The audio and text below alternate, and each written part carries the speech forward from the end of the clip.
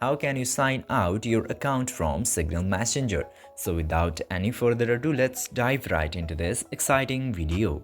Now, in order to sign out of Signal Messenger, you just simply have to open your setting application, because from Signal you cannot directly log out or sign out of your account. So you just simply have to go into the app settings and choose Signal app.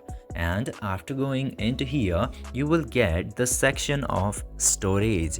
Just simply select the storage section, and from here you will have to choose this clear data option. Just simply tap to clear data and tap to delete, and this way all of the data including your account will successfully be signed out of your Signal application.